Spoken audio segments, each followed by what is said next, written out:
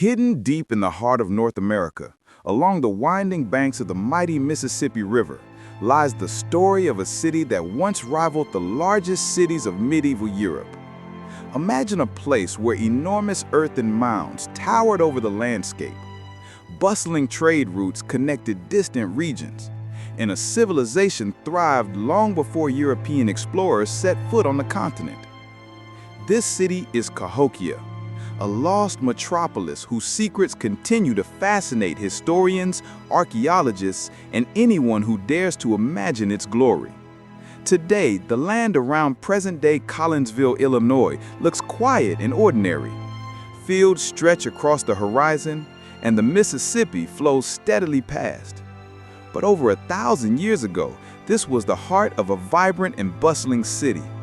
Cahokia was not just a settlement, it was a metropolis, home to over 20,000 people, more than London or Paris at the same time. Streets and plazas were alive with traders, farmers, craftsmen, and children playing. The sounds of daily life, tools striking stone, merchants haggling, and drums beating for ceremonies echoed through the city.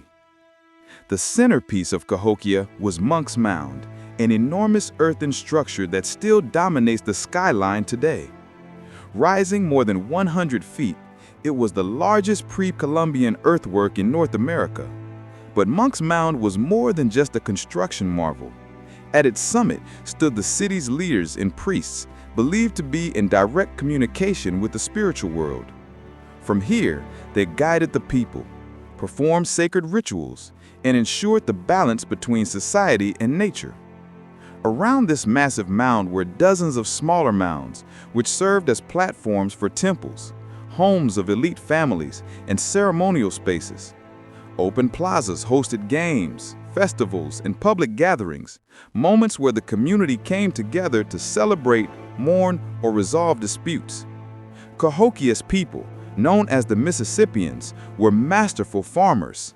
Fertile soil and advanced agricultural techniques allowed them to cultivate corn, beans, and squash, staples that sustained a growing population. Agriculture was more than survival. It structured daily life, festivals, and religious practices. Each planting and harvest season was marked by ceremonies thanking the spirits for their bounty, ensuring that the natural cycles remained favorable. Trade and economy were just as impressive. Archaeologists have discovered artifacts from hundreds of miles away: copper from the Great Lakes, shells from the Gulf Coast, and mica from the Appalachian Mountains. Cahokia was a hub in an extensive trade network that connected distant regions of North America. This exchange of goods was not merely economic. It also spread ideas, religious practices, and cultural innovations.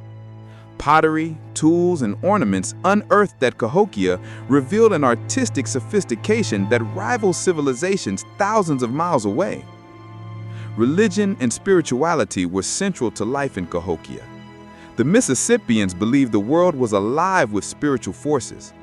The sun, moon, rivers, and sky were not just natural phenomena. They were divine entities requiring reverence. The city's leaders performed rituals to maintain cosmic order, ensure agricultural abundance, and reinforce social hierarchy. One such practice, known as the busk, involved public ceremonies where community members would participate in rituals that combined punishment, reconciliation, and celebration. These events strengthened societal cohesion, while also reminding people of their place in the divine order. Cahokia's urban planning was equally remarkable. Streets were laid out in organized grids, and mounds were strategically positioned to reflect social and religious priorities. Scholars suggest that the layout of the city may have also aligned with celestial events, sunrises, solstices, and lunar cycles, demonstrating the Mississippians' sophisticated understanding of astronomy. Even the spacing of the residential and ceremonial areas hint at a city governed by careful planning and hierarchical structure. Despite its grandeur, Cahokia eventually faced decline. By the 1300s, the population began to shrink dramatically. Historians speculate that environmental factors such as flooding, deforestation, and soil depletion may have weakened the city's agricultural base. Social tension, political conflict, and resource scarcity likely compounded the crisis. By the late 1300s, Cahokia was largely abandoned, leaving only the mounds and scattered artifacts as evidence of its former glory. Visiting Cahokia today, one can still feel the echoes of the past. Monk's Mound rises proudly against the sky, and the surrounding smaller mounds dot the landscape like silent sentinels. Artifacts, pottery shards, stone tools, beads and ornaments speak of a society that was deeply connected to both its environment and its neighbors. The city may be gone, but its lessons endure. The importance of community, harmony with nature, and the interplay of spirituality, politics, and daily life.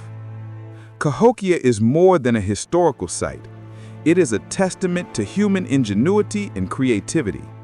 It reminds us that advanced societies existed in North America long before European colonization, and that their achievements, urban planning, agriculture, trade, and art were extraordinary. The story of Cahokia challenges our assumptions about history and invites us to explore the complexity of civilizations that almost forgot. But this is only the beginning. In the next episode, we will dive deeper into Cahokia's mysterious rituals, uncover how its trade network stretched across the continent, and explore the shocking reasons behind its sudden decline. Stay tuned, because the secrets of this lost city are only beginning to unfold, and what we discover next will amaze you.